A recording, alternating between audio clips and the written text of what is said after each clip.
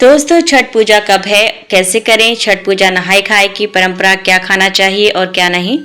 छठी मैया को 3 चीज कभी मत चढ़ाना, व्रत टूट जाता है। संतान को होते हैं कष्ट। छठ में कौन से कपड़े पहनना चाहिए, कौन से नहीं? इस रंग के कपड़े कभी मत पहनना, व्रत टूट जाता है।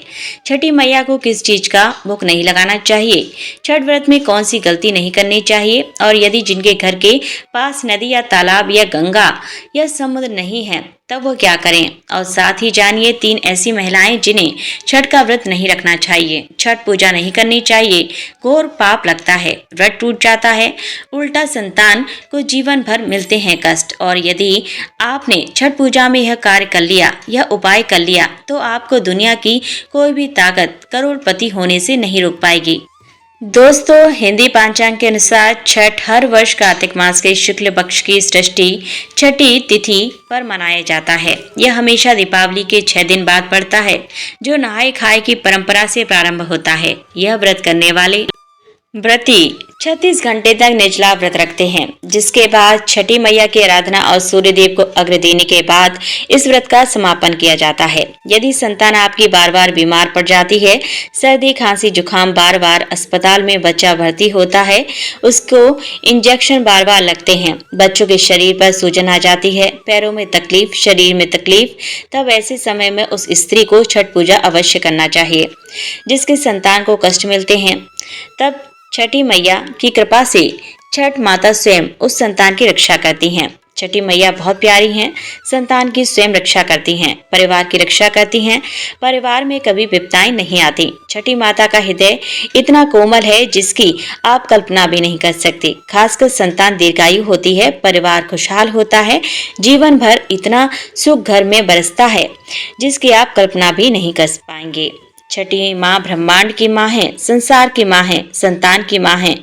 जो सच्चे दिल से एक बार छठी मैया को प्रसन्न कर लेता है, समझो उसने 7 बार पृथ्वी की परिक्रमा कर ली, गंगा स्नान कर लिया, धार्मिक यात्रा कर ली, देवताओं की परिक्रमा करना माना जाता है। छठ पूजा 2025 शुभ मुहूर्त कार्तिक माह के शुक्ल पक्ष की षष्ठी तिथि 27 अक्टूबर 2025 को सुबह 6:04 से शुरू होगी और 28 अक्टूबर 2025 को सुबह 7:59 पर समाप्त होगी। दोस्तों, सबसे पहले हम यह जानते हैं कि ऐसी कौन सी महिलाएं हैं जिन्हें छठ पूजा नहीं करनी चाहिए। लगता है घोर पाप और व्रत टूट जाता है, छठी मैया क्रोधित हो जाती हैं। हम यह भी बताएंगे माता को क्या चढ़ाना चाहिए, क्या नहीं, खाने में क्या खाना चाहिए और क्या नहीं। हम इस वीडियो में बारी बारी जानकारी बताएंगे, तो वीडियो आज की बहुत ही सुंदर है, अंत तक बने रहें। सुंदर सी वीडियो को पहले लाइक करें और हमारे चैनल को सब्सक्राइब जरूर करें। सच्चे दिल से कमेंट में लिखें, जय हो छठी मैया की। छठी मैया स्वयं आपकी संतान की रक्षा करेंगी। आपके घर में छठी मैया खुद चलकर आएंगी, माँ का होगा वास। दोस्तों, छठ पूजा का व्रत ऐसी महिलाएं गलती से भी ना रखें, अन्यथा आपकी संतान की मृत्यु हो सकती है। पति पर भारी संकट आ सकते हैं, उल्टा आप पाप के भागीदारी बन सकते हैं। ऐसी महिलाएं छठ पूजा से रहें दूर। दोस्तों, कार्तिक मास की षष्ठी को छठ मनाई जाती है। छठे दिन पूजी जाने वाली सृष्टि को बिहार में आसान भाषा में छठी मैया कहकर पुकारते हैं। यह त्योहार बिहार, झारखंड, उत्तर प्रदेश तथा पश्चिम बंगाल के अतिरिक्त महाराष्ट्र, यहाँ तक कि विदेशों में रहने वाली महिलाएं भी भली भांति इस पर्व को मानती हैं। मान्यता है कि छठ पूजा के दौरान पूजी जाने वाली यह माता सूर्य भगवान की बहन है, इसलिए लोग सूर्य को अर्घ्य देकर छठ मैया को प्रसन्न करते हैं। वही धर्मशास्त्र और पुराणों में माँ दुर्गा के छठे रूप कात्यायनी देवी को भी छठ माता का ही रूप माना जाता है। छठ मैया को संतान देने वाली माता के नाम से भी जाना जाता है। मान्यता है कि यह पर्व संतान के लिए मनाया जाता है, खासकर वह जोड़े जिन्हें संतान की प्राप्ति नहीं हुई है, तो वह छठ का व्रत रखते हैं। वहीं सभी अपने बच्चों की सुख शांति के लिए मनाते हैं। लेकिन क्या आप जानते हैं, कुछ ऐसी महिलाएं भी हैं जिन्हें छठ पूजा का व्रत गलती से भी नहीं रखना चाहिए। यह सबसे बड़ा घोर पाप माना जाता है। महिलाएं ऐसी गलती कभी ना करें। तो चलिए जानते हैं।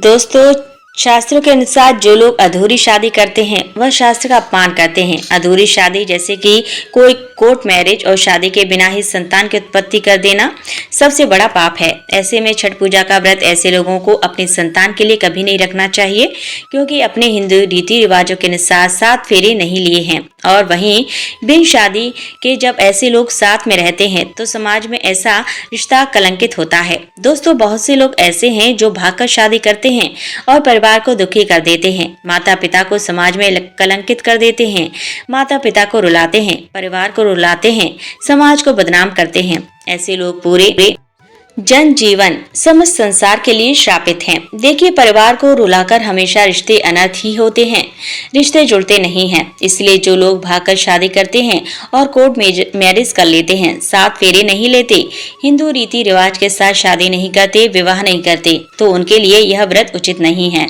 7 फेरे का मतलब होता है आपने अग्निदेव का आशीर्वाद लिया, 33 कोटि देवी देवता का आशीर्वाद लिया, माँ बाप का आशीर्वाद लिया, परिवार का आशीर्वाद लिया, समाज को मान दिया, मतलब अब आप पूज्य योग्य हैं।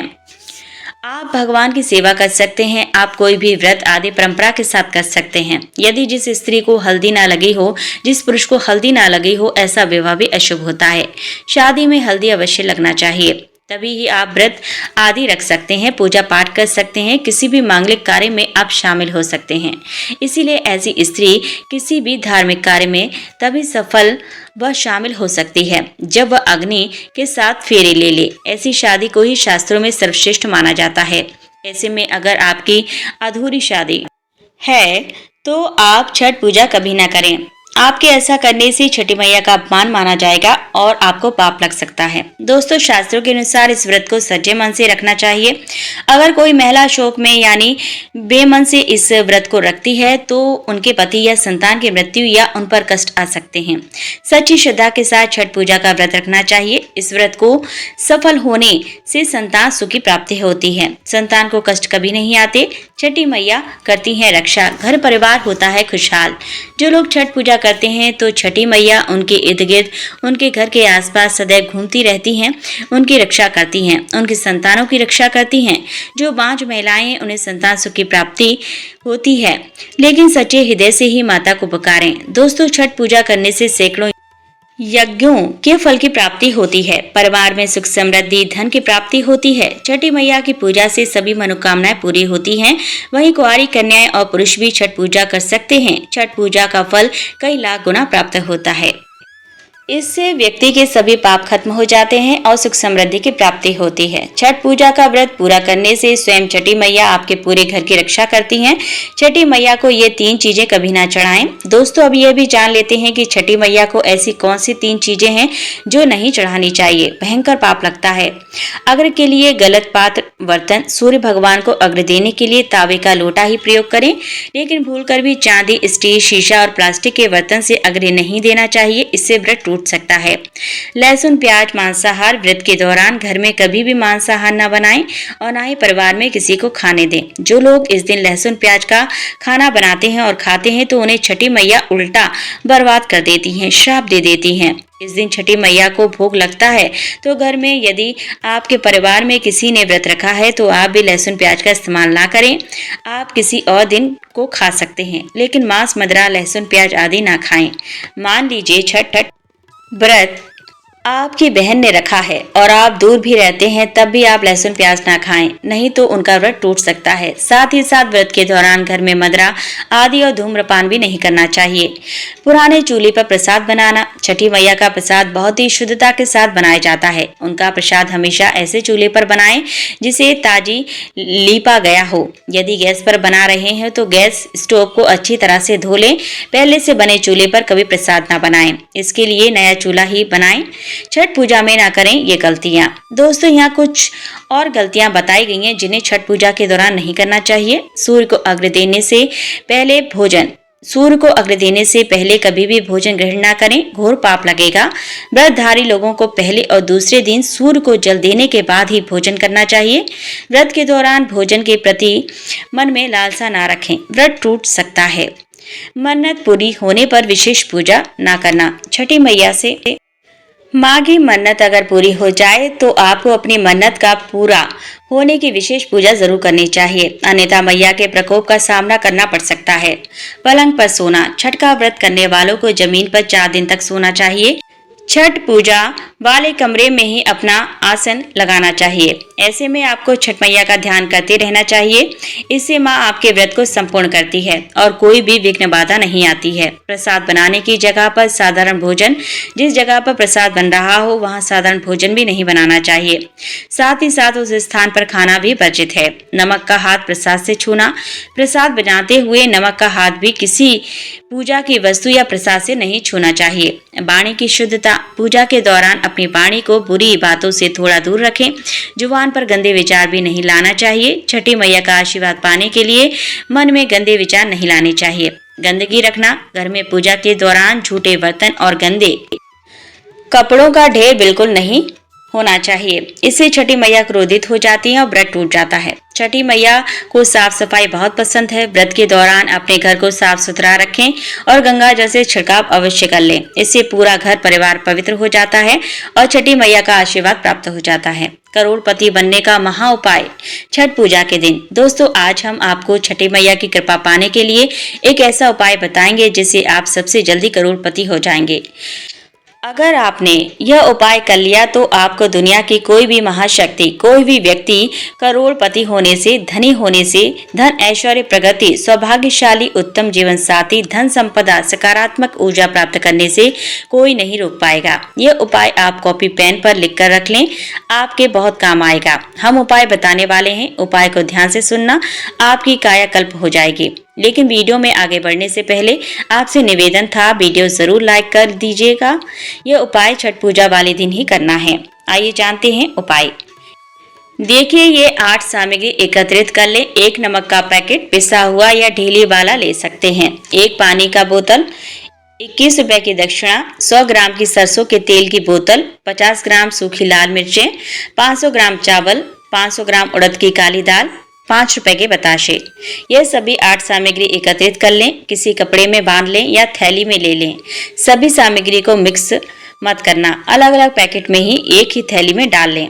अब अपने शिशु के ऊपर से, संतान के ऊपर से 7 बार उतारा करें। अब यह सामग्री किसी गरीब व्यक्ति को दान में दे देना। इससे आपका बच्चा, आपका शिशु स्वस्थ हो जाएगा और आपके जीवन में धन आगमन के रास्ते खुल जाएंगे। आपका भाग्य बदल जाएगा। यदि आप व्यापारी हैं तो आपका व्यापार 100 गुना बढ़कर चलेगा। यदि आप स्टूडेंट हैं तो आपका मन पढ़ाई में खूब लगेगा। सरकारी जॉब लगेगी, संतान की प्राप्ति होगी। विवाह में हो रही देरी है तो वह भी पूरी हो जाती है। यदि बीमार व्यक्ति आपके घर में कोई हो और खाट पर पड़ा हो तो उस बीमार व्यक्ति के ऊपर से इसे 7 बार उतार देना या दान कर देना, वह तुरंत ठीक हो जाएगा। यदि व्यापार मंदा चल रहा है तो गले के ऊपर से 7 बार उतार कर इसे दान कर देना, बहुत फर्क पड़ेगा।